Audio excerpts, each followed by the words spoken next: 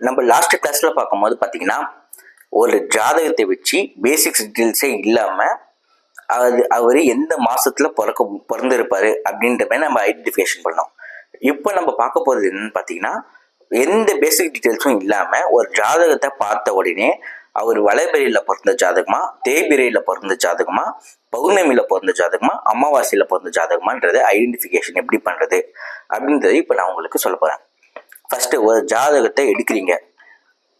சூரியனும் சந்திரனும் 2 கிரகமும் ஒரே ராசியில் ஒன்றா நீங்கள் இருக்கிறத பார்த்தீங்கன்னா மோஸ்ட்டாக அது அமாவாசையாக இருக்கும். இல்லை அமாவாசைக்கு முன்னால் இருக்கக்கூடிய நாள், அமாவாசைக்கு அடுத்து இருக்கக்கூடிய நாள். ஓகேங்களா? நியர்பை அவர் அமாவாசையில் தான் பிறந்திருப்பார். இதே பார்த்தீங்கன்னா சூரியன் இருக்கிற இடத்துல இருந்து சந்திரன் 7வது இடத்துல இருந்தாரு. அதாவது ஃபார் எக்ஸாம்பிள் சூரியன் மேஷத்துல இருக்காருன்னா சந்திரன் துலாம்ல இருக்கணும். அந்த மாதிரி 7வது இடத்துல இருந்தாருன்னு சொல்லி பார்த்தீங்கன்னா அது பௌர்ணமி சந்திரன், பௌர்ணமியில அவர் பிறந்திருக்காருன்னு அர்த்தம்.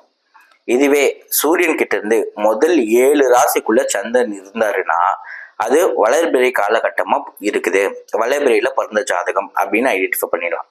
இதுவே 8வது ராசி, 8வது ராசிலேருந்து 12வது ராசி வரைக்கும் இருந்தாருன்னா அது தேய்பிறை அப்படின்றத நீங்கள் ஈஸியாக கன்ஃபார்ம் பண்ணலாம்.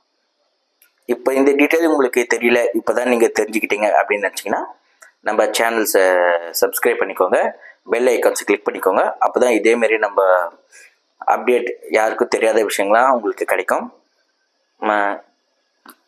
தேங்க்யூ.